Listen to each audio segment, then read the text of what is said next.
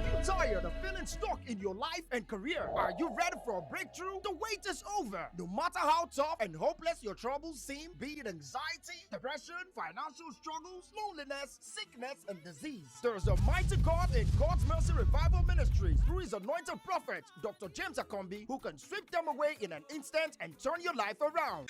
If the whole of your life can only be a testimony of your skill alone, of your labors alone, of your certificate alone, you are the most miserable among the saints. Life of a saint is defined by regular encounter with the supernatural. Join us every mega Sunday at God's Mercy Revival Ministries, located at Mercy Revival Center, 25/33, Alake Lakonko Street, off Ilekpo Bus Stop, Idimu, Ikotun Road, Ikotun, Lagos. Join us every Thursday morning from 8:30 a.m. to 10 a.m. Our theme is Enough is Enough. My life shall blossom. Every Thursday morning. For more information, call 0808-758-0330 or 0806-064-4182. Jesus is Lord. It's my prayer that what I will share with you will have a place in your life, and it will make you to celebrate this year.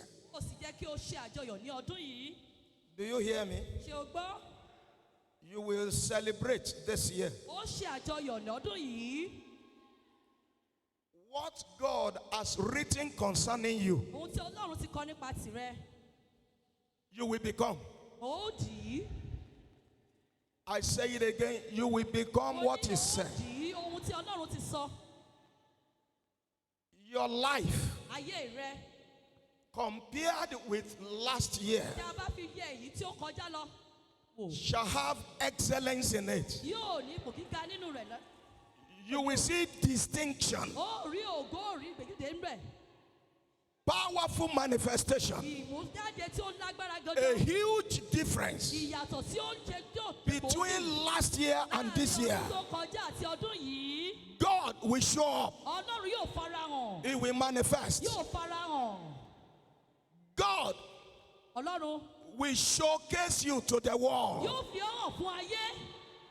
You will be the one that the world will praise God for. A new manifestation will be seen in your life. Every finger of the devil will be shut down. We will see the honor of God in your life. We see the beauty of God in your life. We see the power of God in your life. We see distinctive hand of God in your life.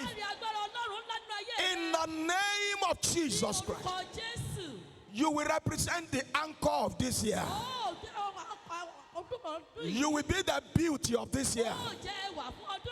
Beauty for the world. Beauty for the church. Beauty for yourself. Beauty for your family. Beauty in your business. Beauty in all things. In the name of Jesus Christ. It shall be so for you. In Jesus' name. Please take note of what I want to say. If you listen to me well, by the time we come December 31st this year, your heart will be so full of thanksgiving. You will have become the greatest thing that the world and your world has ever seen.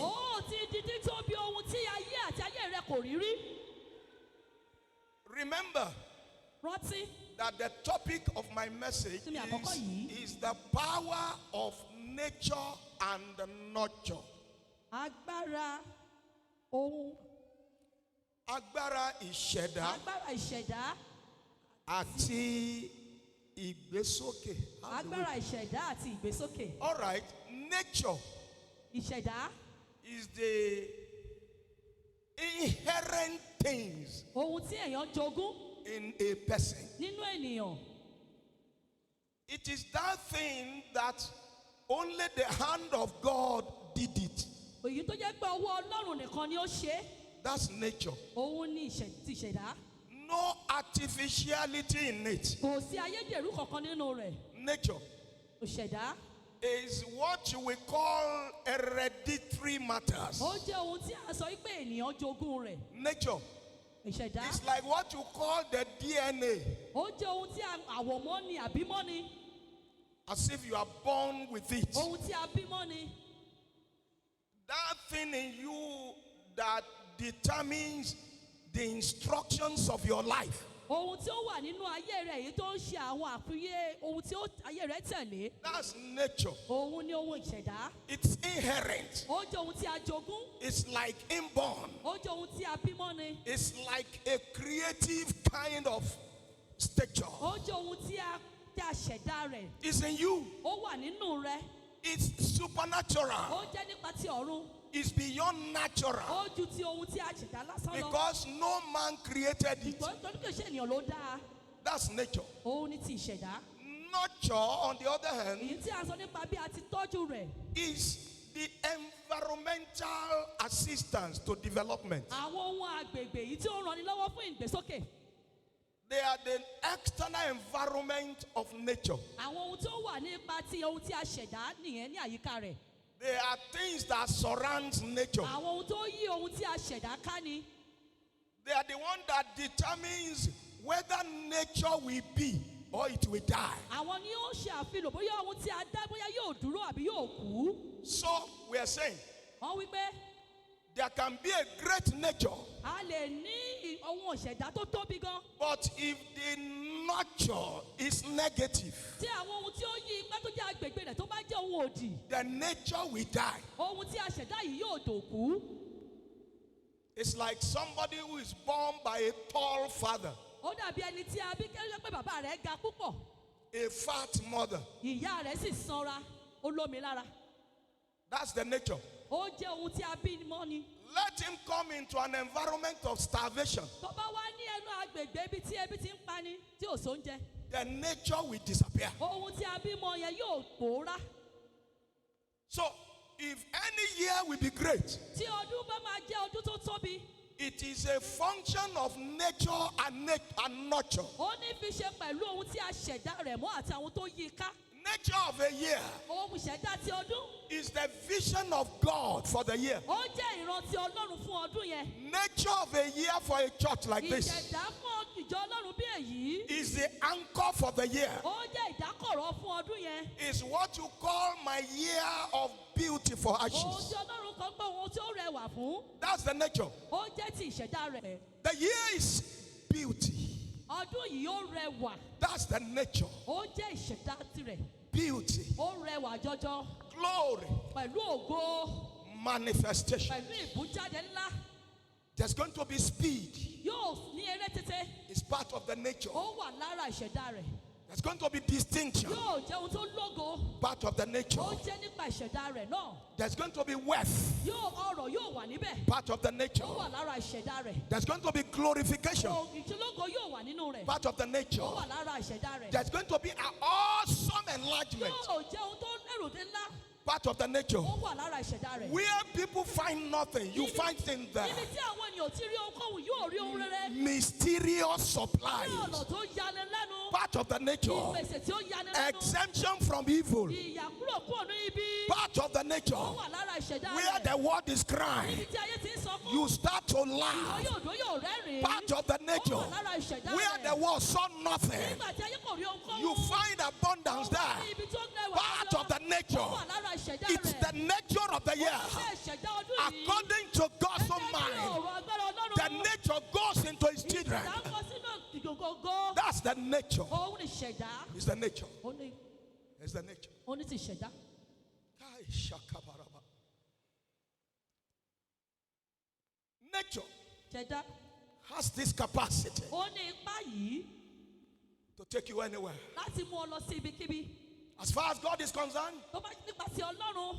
that is the configuration. Ó ní ìṣẹ̀dá rẹ̀. Ìṣelọ́gọ̀ rẹ̀. Ìṣelọ́jọ̀ rẹ̀. It's the configuration. Ìṣelọ́jọ̀ rẹ̀ nìyẹn. That's who you are called to be. Ó ní tí a pè ọ́ láti jẹ́ nìyí. Jesus said, Jésù wí pé, Father, Bàbá, glorify me gbéra rẹ lógo with your son, pẹ̀lú ara rẹ. with the glory you gave me from the beginning of the earth. Pẹ̀lú ògo tó ti fún mi láti ìbẹ̀rẹ̀ ayé wá. John 17 verse 5. Ọ̀tọ́nà oríta kọ̀ọ̀kan. That was his nature. Ìṣẹ̀dá rẹ̀ nìyẹn. That was his nature. Ìṣẹ̀dá ti Kristi nìyẹn. That was his nature. Ìṣẹ̀dá ti Kristi ni. There's always a nature from God Ó jẹ́ ìṣẹ̀dá láti ọwọ́ Ọlọ́run. for every year. Fún ọjọ́ ọdún ni. There's a plan of God. Ètò Ọlọ́run wà. There's a configuration of God. Àwọn ìṣẹ̀dá ohun tí ó ti yọ sọ́tọ̀ There is wà. a vision of God. Ìran ti Ọlọ́run wà. There is a particular design of God. Àwọn ohun tó There is an invention of God. Àwọn ohun tí Ọlọ́run ti là kalẹ̀ tó wà. There is a picture of God that He has made of. Àwòrán wà tí Ọlọ́run ti gbé kalẹ̀. There's an image of God Àìgbọ̀nkalẹ̀ Ọlọ́run ti wà. that He has created for your year. Tó ti dá fún ọdún kọ̀ọ̀kan. A year without that Ọdún tí ò bá ní èyí. is an empty year. Ó jẹ́ ọdún kòròfo. Those who could not see this, Àwọn tí ò bá rí èyí. they live like someone without God. Wọ́n ń gbé ìgbé ayé bí ẹni tí ò ní Ọlọ́run. Nature Ìṣẹ̀dá. created by God, Dá Ọlọ́run dá. not by any man. Kì í ṣe nípa ti ènìyàn kan. And that's the reason Ìdí nìyí. nobody can give me any preaching engagement any moment from on the 20th of any year. Tẹ́ni kò lè fún ọ ní ìwàásù láti ọjọ́ kọkànlélọ́gbọ̀n. There is nothing you can be doing. Kò sóhunkóhun tí o lè ṣe. I know how many invitations I rejected. Ó mọ àwọn ìwé ìpè tí bàbá kọ̀ sílẹ̀. It's a time to know the DNA of the year, Ó jẹ́ àkókò fún ọ láti mọ ohun tí ọdún tó bọ̀ ọdún yẹn kankan jẹ́ tó ní gẹ́gẹ́ bí èyí. which I usually start from the end of November of every year. Bàbá máa ń bẹ̀rẹ̀ láti òpin oṣù kọkànlá. How is this coming year? Báwo ni ọdún tó ń bọ̀ yìí yóò ṣe rí? I have a responsibility for GOMERmites Wọ́n bá ní ojúṣe láti mọ àìrẹ̀. to ask what God has in store for Láti them. béèrè lọ́wọ́ Ọlọ́run ohun tí ó ní ní ètò fún àwọn ènìyàn rẹ̀. Even before He called me into ministry, Ṣùgbọ́n tó pé bàbá gan sí ní iṣẹ́ ìránṣẹ́. I have started this for more than 38 years of my life. That the last 13 to 15 years of days of any year, I'm in His presence. Tó tó pé bàbá gan sí ní More iṣẹ́ than ìránṣẹ́. 38 years. Láti fi ọdún bíi méjìdínlógójì ni bàbá ti ń ṣe iṣẹ́ irú. We must know the DNA of a year. O gbọ́dọ̀ mọ ohun tí Ọlọ́run ní ètò fún ọdún kọ̀ọ̀kan. That's what we determine the year. Òun ni yóò ṣàkóso bí ayé ọdún náà yóò ṣe rí. That's what we superintend the year. Òun ni yóò ṣe fi hàn ohun tí ọdún náà That's yóò what rí. we instruct the year. Òun ni yóò ṣàfihàn ohun tí ọdún náà That's yóò what ṣe. we guide the year. Òun ni ohun tí ò yọ ọdún náà. That's what we drive the Òun ni year. ohun tí ò fi ọdún náà ní ìjà. That's what we influence the Òun year. ni ohun tó pe ọdún náà ní ìjà. Without it, you are a failure. Glory to God. Nice that you are with us. I know that God has actually impacted your life. But if you have not given your life to Christ, it can actually make the whole episode to be a waste. You know, the Bible made us understand that in John chapter 15, around verse 4, it said, abide in me. It's only ye that abide in me that will bear fruit. So if you have not given your life to Christ, you are yet to be connected. You are not part of the branch that is connected to the vine, and that will make you not to be able to actually get the fruit. It's simple. Just commit your life to the hand of God. If you have been a sinner before, just tell Him, Lord, I've been a sinner before. I have been committing these, I've been committing B, I've been committing C, I've been committing D. Mention them to God and tell God, I'm forsaking my sin right from today, and ask Him to use the blood of His Son to wash you clean. And as you do that, your name be written in the book of life. It's as simple as that. I pray for you as you are. Mention your sin before God. I decree, let those sins be remitted in the name of Jesus Christ. Your name to be written in the book of life. You become a branch of the vine and you bear fruit. As you remain to be a child of God from today, the glory of the Lord shall follow you. He said, goodness and mercy shall follow me all the days of my life. Who you are connected with determine what you connect in life. God bless you till I meet you again in Jesus' name.